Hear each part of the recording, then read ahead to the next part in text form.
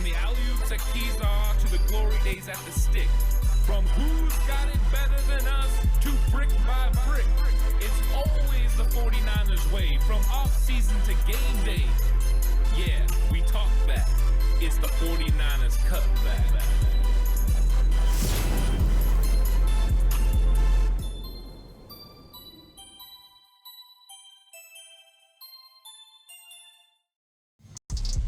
It's 49ers Cutback podcast time. Welcome to the show, everyone. Training camp battles are going to be heating up because rookies are reporting this week. And that means next week, training camp kicks off. And this is the time of the year that I really enjoy because now it's about what you do on the field. And things can change in the matter of a second. Last year, especially when this happened, a certain player moved up the depth chart really quickly. So training camp battles are extremely important, especially along the offensive line. Last year entering training camp, it was very unique to see what happened. The first day I was out there, Spencer Burford was your starting right guard. The question was, where's John Feliciano? When's John Feliciano going to get on the field? And of course, John Feliciano never got on the field. 49ers were hoping that he was going to eventually come off IR once the season started. That didn't happen. But then something else happened. Is Spencer Burford got hurt, and an opportunity for rookie Dominic Pooney presented itself. Dominic Pooney never looked back. He played so well that when Spencer Burford returned, it was Dominic Pooney's job to lose. Of course, we all know he did not lose his job. But every year, training camp battles are such a unique element to training camp because you have competition. Yes, you're trying to get better as a team, but you're also trying to improve your position and earn an opportunity to get out there and play because every single one of these players not only want to play on the field, but it's a chance for them to go earn some money. And so competition's a real thing, and competition breeds better competitors. And so that's exactly what happens at training camp. And every year I go through and I talk about the training camp battles. And it's so much fun to talk about. And sometimes the battles don't materialize, and then sometimes they're spot on, and it's a lot of fun to talk about. And I think there's a lot of training camp battles along the offensive line that not only will go to illustrate who is going to be a starter or who's going to be a key element or even who's going to make this football team. And that's one of the things you're trying to figure out as well. What is this 53-man roster going to look like when you get to final cut day? And that's what we're going to be talking about in this episode. We're going to be talking about this offensive line, battles on the inside at offensive guard, battles at offensive tackle, and then if you're Chris Foerster, how do you fill out the rest of your roster? Because it's not as simple as, hey, we drafted this guy, we want him to play here, or hey, this guy's a really good left guard, or this guy's a really good right tackle. Sometimes when you're looking at position versatility, it matters. And so being able to put together the best possible O-line unit is going to be one of the key elements to what Chris Foerster does, because versatility is the name of the game when you have injuries in the NFL. And we've seen the 49ers deal with a lot of injuries. I talked just a minute ago about John Feliciano, who was a presumed starter going into last season. Spencer Burford, who was going to take over that role. He gets injured. Then you look on the other side, and you had the injury to Aaron Banks and eventually Ben Barch. You had Trent Williams. He was out with injury. And opportunities kept presenting themselves. So these competitions are going to be real, and they're going to be very tough because the truth is these guys are going to have to produce at some point. There is likely going to be some sort of an injury at some point during the season, and one of these key guys that are backing them up are going to have to step up and make a claim. You also have some rookies trying to prove what they can do. You have a couple of veterans that are getting towards the end of the rope, and they've got their backs against the wall. Are they going to be able to make the 53-man roster again? Please like and subscribe to the channel if you haven't already. I really appreciate it. If you're listening audio platform, 49ers Cutback on Believe Network, please give it a 5-star rating. I appreciate everyone that's been doing that. It means a lot. And if you are going to bet with BetOnline. BetOnline continues to be your number one source for all your sports betting action. And with baseball season in full swing and football season around the corner, BetOnline has more ways to stay in on the action, the latest odds, news, and scores, even live in-game betting. From MLB, UFC to tennis and NFL futures, BetOnline remains your choice for sports wagering info. In between games, head over to the BetOnline casino with all the top Vegas-style games, including poker and live casino. Head to the website today and take advantage of their industry-leading VIP program with level-up bonuses and weekly cash boosts. Bet online, the game starts here. And I went through and I was looking at this 49ers offensive line depth chart, and I really found that there's going to be some key battles at key positions because the 49ers do have an opening.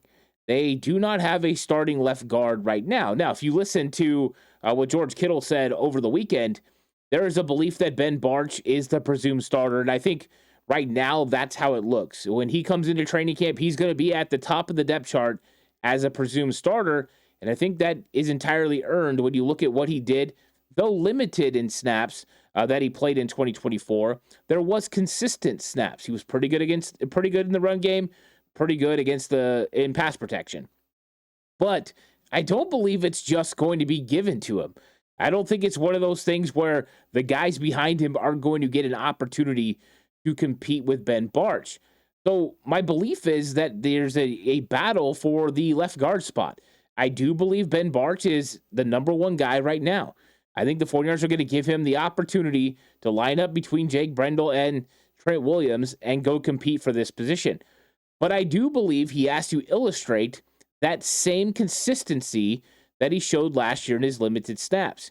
He has to play well inside and out every single play. So it's play in, play out consistency for Ben Barch. And why do I say that? Because there's a guy behind him who I do believe is going to be on his heels for a potential starting spot, and that's Nick Zakelj.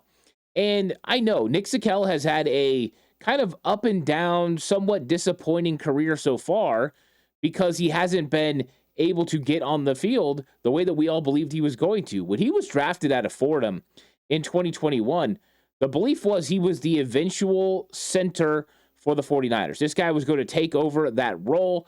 John Lynch had even said it, that they saw that in his future because of his intelligence, how smart he was, but also his athleticism, his length, his versatility. There was a lot to like about Nick Zakelj, and one of the main things they loved about him was the fact he could anchor in pass protection, which meant if he's playing center, you're not getting an internal push on your quarterback. That gives the quarterback a little bit more space. We know that has been one of the problems with Jake Brendel so far. But Nick Zakelj really struggled with the picking up of center. The transition of playing center proved to be very difficult. Now, I will say this. Last year was a stark comparison to what it was the years before. Last year, he was definitely a lot better when it came to playing center. In fact, I thought center looked like his best position last year between his reps at center and his reps at guard. Now, I think that they're going to give him an opportunity to compete with Ben Barch. Now, here's the element to Ben Barch's game that's a little bit better than Nick Zakelj is the consistency. Nick Zakelj's not a very good run blocker as of what we've seen so far. I always leave the door open for somebody to improve because the truth is when it comes to offensive line technique, offensive line skill set, if you have athleticism and you have want to and you have physicality and you have length, anyone can learn the position and they can get better and better at the position. Now, some guys are going to get better and better because of their willingness, some of it their hand-eye coordination, some of it their technique, but you can get better. I do believe Nick Zakelj can get better when it comes to run blocking, and that's going to be one of the key elements to this competition because Nick Zakelj is a better pass blocker than Ben Barch. Ben Barch is a better run blocker than Nick Zakelj. And if it was as simple as, that dynamic, you would say, hey, well, if we're going to run more, let's go with Barch. If we're going to pass more, go with Zakelj. But the reason that you tip the lead to Ben Barch and you put the weight on the scale that direction is because Ben Barch is more consistent. Ben Barch's numbers are a little bit better, right? He's not as bad at pass blocking as Nick Zakelj is at run blocking. Nick Zakelj graded out in run blocking at a 52 grade on PFF, where Ben Barch, when it comes to those grades, he's almost a 70. He's a lot higher. He's a lot better on run blocking. He's a lot better on pass blocking. So there is an effectiveness to Ben Barch. So I do believe that this thing is going to be more open than probably people believe. I do believe Ben Barch is going to get the initial snaps. I do believe it's his position to lose, but I don't think Nick Zakelj's out of the question to potentially get that position. I also don't believe that Matt Hennessy's out of the running for this position. We heard Kyle Shanahan talk about the fact that Matt Hennessy was going to have an opportunity to play guard. And this is a kind of a dual type of thing because the 49ers are also looking for versatility inside. Ben Barch and Nick Zakelj both play center and guard. And if you just look at past history of what the 49ers like to do with their backup offensive linemen, they like to have an offensive lineman that could play center and guard. You go back to 2019, the San Francisco 49ers had Ben Garland. He played center and he played guard, and there was a lot of versatility with him. When they brought in John Feliciano in 2023, part of the reason they brought him over was he was very sufficient in playing center and in playing guard. That versatility is very important because of injury concerns along your interior offensive line. You need to have a swing tackle that can play both sides, and you need to have a guard/center combo as a backup because you only have so many roster spots on your 53-man roster, but even worse than that, you only have so many on your game day roster. So that versatility is going to be very impactful. So we're going to see Matt Hennessy have an opportunity to play the guard spot too. Now, does that mean he's going to play left guard in direct competition with Ben Barch and direct competition with Nick Zakelj? No, it could mean Matt Hennessy plays some right guard too, because they're going to have to see these guys playing both sides so that way they understand what his versatility could be.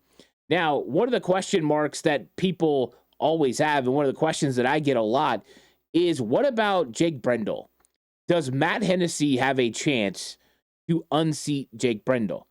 Well, the first off, I think the 49ers are sold on Jake Brendel, at least in the short term. I think with Jake Brendel getting older, he's definitely closer to the end of his career than the beginning or the prime. So I do believe that they're looking to eventually translate, and I do think they're, eventually looking for that starter that could be Brock Purdy center for a long time. I believe they thought that was going to be Nick Zakelj, and the fact that Nick Zakelj and Brock Purdy had such a good relationship, that could go a long way to fostering something, special between them, right? A Jeff Saturday, Peyton Manning type thing. But Zakel's ability to play on the field hasn't met those expectations. He hasn't been a consistent starter at any one of the positions. He showed a lot of improvement last year. Got to tip the cap to Nick Zakelj. The pass blocking was a lot better. Even the run blocking looked more proficient. So he is improving. But how much more has he improved from last year to this year? That's going to be one of the questions. So Matt Hennessy's opportunity to make this team comes down to a couple of factors. I think number one, he's going to have to impress the 49ers like crazy. He's going to have to show consistency. He's going to have to show dominance in the run game. He's going to have to show an ability to anchor in the pass game. And then I think the second part of this has to be Jake Brendel has to falter in some way. If it's maybe that he misses practice because of an injury, that could give Matt Hennessy an opportunity to step in and take over the center job and not look back. We've seen this happen just last year with Burford getting hurt and with Dominic Pooney taking over that role. So Brendel missing practice would be an opportunity for Matt Hennessy. The only other opportunity would be if Matt Hennessy starts having better reps. So basically, Matt Hennessy will more than likely get the second team reps at center. Jake Brendel will be going against the first team defense for the most part. During those snaps, Matt Hennessy needs Jake Brendel, and he's not going to wish for Jake Brendel to struggle. Just so people know, that's not how things go. Just you want to play better in your opportunities. But Alfred Collins, C.J. West, and Jordan Elliott, and those guys, Evan Anderson, they could play a huge role in determining who the center is going to be with how they disrupt during practice. If they are able to get Jake Brendel moving, and by talking moving, I mean walking him back into Brock Purdy, and then countering that, Matt Hennessy doesn't allow that to happen. We already know Nick Zakelj does a pretty good job anchoring. That could put the 49ers in a situation where they give a little bit more snaps to Matt Hennessy. Because one of the things the 49ers are looking for is a guy that can anchor a little bit better. Now, Brendel is very successful in a couple of areas, and I've said this before. Jake Brendel is not a terrible center. I know people say that, people are tired of him, but the truth is Jake Brendel does some things really well. There's just some things he doesn't do well too. But one of the things he does extremely well is get to the second level. That means get up to the linebackers and be able to make an initial block. And when I say initial block, that means he gets to them where he's supposed to get to them and he makes initial contact. Now, if you have an argument that he doesn't sustain those blocks long enough, you would be correct. There are times he does not. And that sometimes can prevent the 49ers from having what could have been a significant gain, maybe a 8 to 12 yard gain, turn into a 3 to 5 yard gain. That is entirely accurate. Now, if you say, though, that he doesn't get there, you would be wrong. He does get there more of the times than he doesn't. In fact, he's one of the better centers in the league about getting to the second level, which is very important, especially when you're running your zone scheme. Getting off that block, that initial movement with a offensive lineman with you, a guard or a tackle, and in Brendel's case, a guard, getting that initial movement, working up to second level and getting some contact.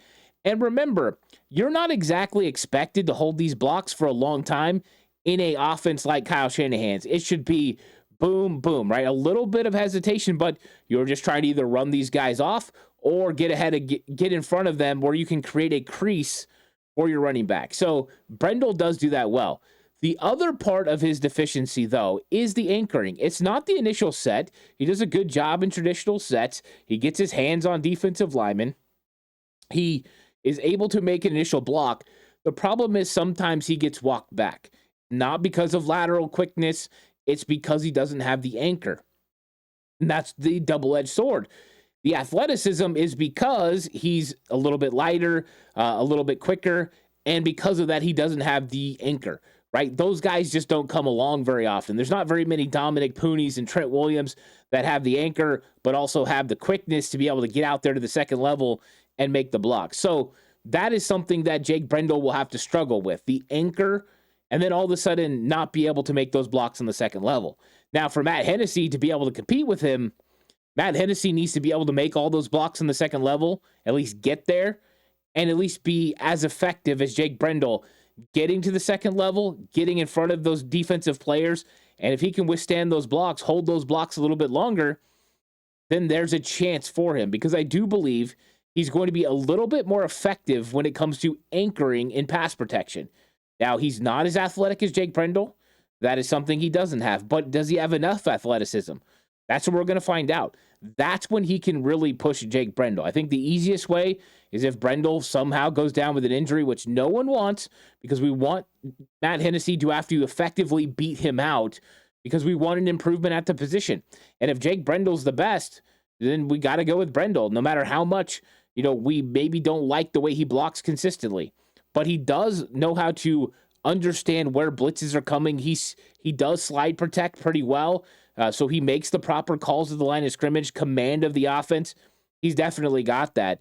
So there are some advantages to him. Now, let's just say that Jake Brendel, the incumbent, is going to be the starter at center. That means Matt Hennessy is locked into another battle with Nick Zakelj, right? I said Zakelj, he's competing with Ben Bartz. Yes. Matt Hennessy competing with Jake Brendel. Yes. But they're also competing for the same spot against each other. Because if they don't win a starting role at center and guard, respectively, they've got to be that versatile player like John Feliciano that can play guard and center. Last year, that role went to Nick Zakelj. Now he's got competition for that role. So Matt Hennessy is the more accomplished center. Nobody can argue that. Matt Hennessy has started multiple games in his career in a similar offense in Atlanta, and he was better than Nick Zakelj in his limited role that he's played center in the NFL. But he's also not as good of a pass blocker as Nick Zakelj either. So Zakelj does have an advantage there.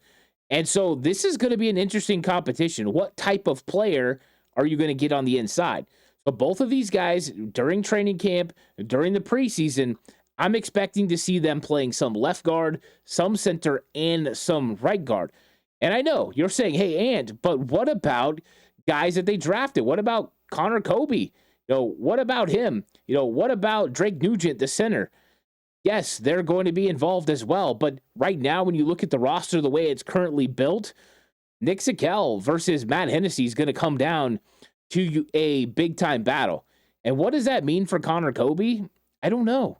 This is one of the things I am interested to see because you need that versatility with that backup interior part of your offensive line. And I don't know if we have that from Connor Kobe. Connor Kobe definitely has the ability to play center, but they haven't said anything about him playing center. It's a tough transition for a rookie to play center. And so I wonder if he's kind of pigeonholed into just playing guard. And what does that mean for him when it comes to depth? Because I talked about it. Chris Foerster's going to want to have versatility with his backup interior offensive line. Because versatility definitely makes it easier. If you have a guy that can play guard and center, it's a lot more convenient than a guy that just plays guard. All of a sudden, you have a center go down, you're in a world of hurt. You're putting someone there that maybe doesn't feel as comfortable. So Hennessy or Zakelj almost have to make this team because Drake Nugent, he doesn't have that versatility either. With the lack of arm length that Drake Nugent has, and I mean, his arms are really short. They're under 30 inches, which means 29. There is a threshold for positions, and I'm not just saying this, and I'm not just going off a draft book or what draft people say. Chris Foerster said in an interview that Drake Nugent's arms were short enough that he was kind of a center-only prospect. And that means if he can't play guard, he's in a similar situation to Connor Kobe. He doesn't have the versatility. And arm length is a real thing. And if you don't think so, what's going to happen when Drake Nugent lines up against Alfred Collins? And Alfred Collins has 35-inch arms against Drake Nugent's 29. That's 6 inches of reach. That is significant, especially when you're talking about a position where it's important to protect your chest plate and win control. That is going to be a real issue. And I am looking forward to those battles during training camp between Collins, CJ West, Jordan Elliott, and those defensive linemen versus the 49ers interior O-line. So I think Connor Kobe and Drake Nugent are in a bad situation. And we'll talk about them a little bit more in a second. So Zakelj, Hennessy are locked in a battle to see who's going to be the backup, interior offensive lineman, that swing interior offensive lineman. And maybe one of them will win a starting job. And then it'll kind of open things up. But Barch and Brindle, they both play guard and center as well. So 4 versatile pieces up front. I think the 49ers in a perfect world would keep them all. Is that possible? I don't know. I think that's going to be one of the things we talk about as we try to build a 53-man roster down the line. But we got to talk about offensive tackle as well, because one of the big ones, in fact, I put it on the thumbnail, one of the big ones is going to be Spencer Burford, who's officially moving to offensive tackle, been getting all the reps at left tackle. Now, you might say, hey, is he really going to be the starting left tackle? Well, and it's only during training camp. Trent Williams misses a lot, right? This was a role that other players have played so far, then they've moved on. So Spencer Burford's kind of rolling into that role. But also Andre Dillard was out. And Andre Dillard and Spencer Burford are not so different. They're both pretty athletic. They both have the athleticism to play the position. They both, in fact, have played offensive guard as well. Versatility. Something you like. They have also played on both sides of the line. Spencer Burford played left tackle in college and right tackle. Andre Dillard played right tackle. He's played left tackle. They've also played interior offensive line on both sides. Versatility, which means they are both built to play swing tackle. Swing tackle means you play left and right. Versatility is important, especially when you're limited on how many positions you can have in any set group. So having a guy that could go and play both sides is very important. Having a guy that can do that plus play guard, even more important. So I do think that these guys are going to have an opportunity. Now, Andre Dillard was a first-round pick, and so he's got a lot of upside that people thought he was going to be very dominant. With Burford, he was a starter his rookie year. Everyone thought, hey, Spencer Burford, minus a couple of blunders in his career, has been very effective in his time that he was a starter, especially his rookie season. Andre Dillard has been very hit and miss. But I do believe that these guys are going to set the tone for tackle, and I do think that they are the leaders in the clubhouse. Now, it is going to be interesting. when we get out to training camp, if Trent Williams is not practicing, who is the guy that gets those opening reps at left tackle? If it's Spencer Burford, that means he's ahead. Now, who plays right tackle is also going to be key because we've seen the 49ers be willing to keep a left tackle and a right tackle on their roster. Burford having the ability to play inside and then be a swing tackle, and Dillard doing that too, means they could be those guys, right? You could keep two interior offensive linemen, two outside guys with Burford and Dillard, and you could have just a very versatile offensive line. But who gets those left tackle reps is going to be important, because who doesn't get those left tackle reps is probably in a competition with Austin Pleasants. And Austin Pleasants has been being talked up like crazy this offseason. A lot of people extremely hyped about the way he looks, his movement skills during OTAs and minicamp, and they said, hey, Austin Pleasants is here to compete. And he needs to be, because Austin Pleasants doesn't have the versatility that these other two guys have, right? Austin Pleasants, we'll see. I mean, I think he could play both tackle roles, but to play inside, I don't think so. So the 49ers have an interesting conundrum here at tackle. When are they going to decide on Burford? Is he officially a tackle? Is he officially a guard? Is he both? Is Dillard the same way? I think this is going to be interesting. I think they're going to split tackle reps at left tackle early. I think they're both going to get an opportunity to go out there and prove who can do it. This is going to be an open competition. And I think that Austin Pleasants is probably going to get a lot of right tackle reps behind Colt McKivitz. So I think that this is going to be interesting. I think at some point you're going to see Burford and Dillard playing left tackle and right tackle, maybe even together, which could be pretty interesting. But who gets those starting reps without Trent Williams? It's going to go a long way to prove who's going to start. But I think it comes down, to Burford and Dillard. I know Austin Pleasants is being talked up, but I think those other two guys' versatility is going to help them. Now, I don't care who wins this battle. I just hope it's the best possible guy. So what does that mean for the other guys on the roster? Because we just talked about it. Let's say that it's Trent Williams, it's Ben Barch at left guard, it's Jake Brendel at center, right guard is Dominic Pooney, right tackle is Colt McKivitz. Let's say that those are your five guys.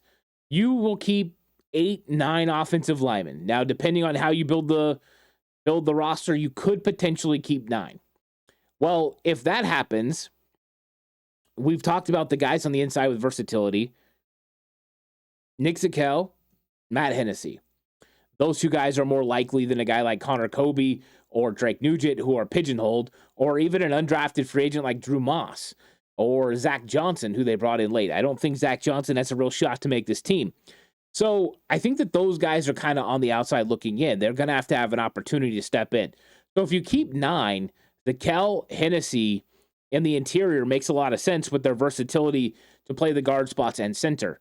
Connor Kobe would have to outplay them at guard to be able to make the team. When you look at tackle, they could possibly keep 2, right? Get 9 guys on your 9 offensive linemen, especially if you're going to use roster spots from wide receiver, for instance. Let's say Brandon Ayuk, PUP list. You got the exemption list, right, as well for Demarcus Robinson. Maybe there's an extra roster spot early where you can kind of park one of these offensive linemen if you decide to keep 9. There's a chance they just keep 8, and then they've got to make a decision. But in that case, they could keep Spencer Burford, who I think the ability to play guard too helps. Could also be a reason why they decide to maybe they only keep 8, right? You could easily keep Nick Zakelj. You could cut Matt Hennessy, keep Spencer Burford and Andre Dillard. You have a tackle. You have Burford who could play guard and tackle. Maybe that helps with versatility to make this team. So 8 or 9 guys, I think, makes sense. I do believe Austin Pleasants is going to have a tough time to make this team. I think they do like him, but I think that there's a lot of versatility with the other guys. So it's going to be a fun one, right? You got those 3 guys competing with good competition out at tackle.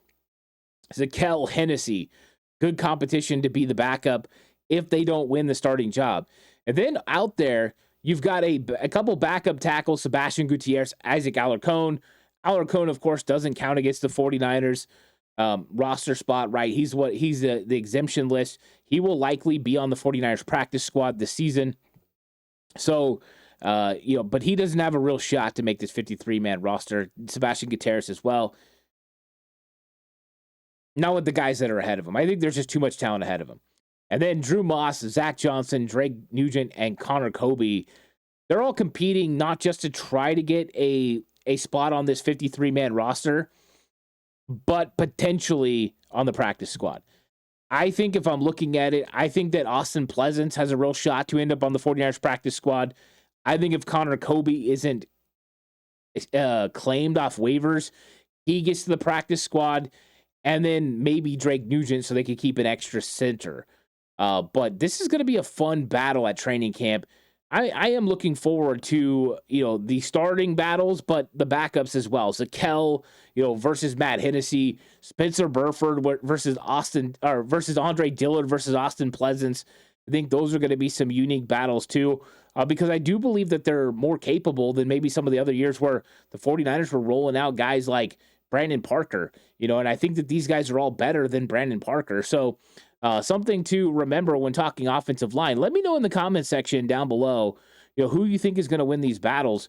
And if you kind of have it, the same way, the same matchups, let me know in the comment section. I'm really curious, but this is going to be a fun one at training camp that I'm really looking forward to breaking down as we go through training camp and the rest of the offseason. Some of these preseason games, which I think are going to be a blast to watch these backups compete and try to make this team. Like and subscribe to the channel if you haven't already. I really appreciate it. If you're listening on audio platform, 49ers Cutback on Believe Network, if you think I deserve it, please give me a 5-star rating. I appreciate it. And of course, this episode is brought to you by Bet Online. The game starts here. I'll catch you guys in the next one. Until then, stay safe.